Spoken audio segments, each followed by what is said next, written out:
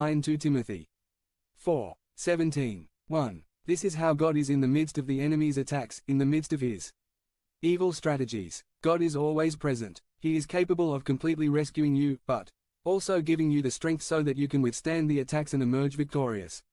2. Even in prison, and by the way he was never freed, Paul said that because of the strength that God gave him he could say that he was freed from the lion's mouth.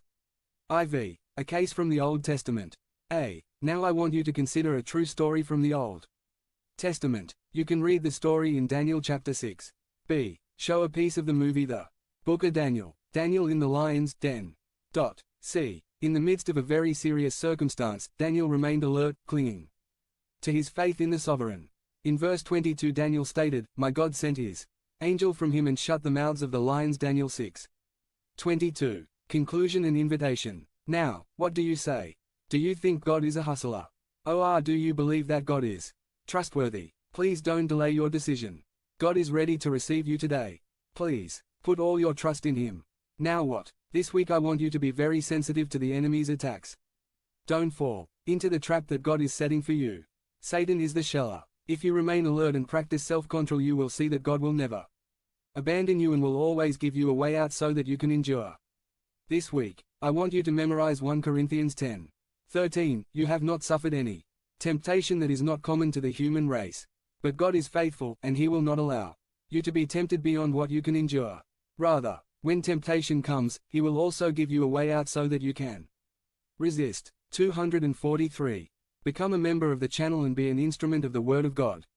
Don't miss this opportunity to impact lives. Click the link in the description now and help us spread the Word of God.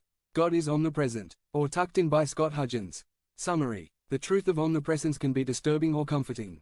God is omnipresent or tucked. In introduction, last week we considered God's omniscience. We conclude that God is not a know-it-all but He does know everything. He knows everything we have done, and He knows everything we are going to do.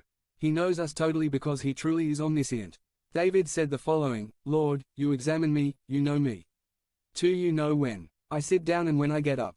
Even from a distance you read my thoughts. 3. You know my bustles and rests. All my ways are familiar to you.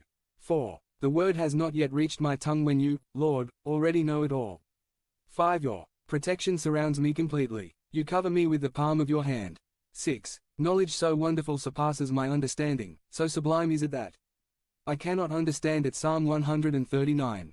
1-6. David is extolling the omniscience of God. He recognizes that he is incapable of understanding everything from God's point of view.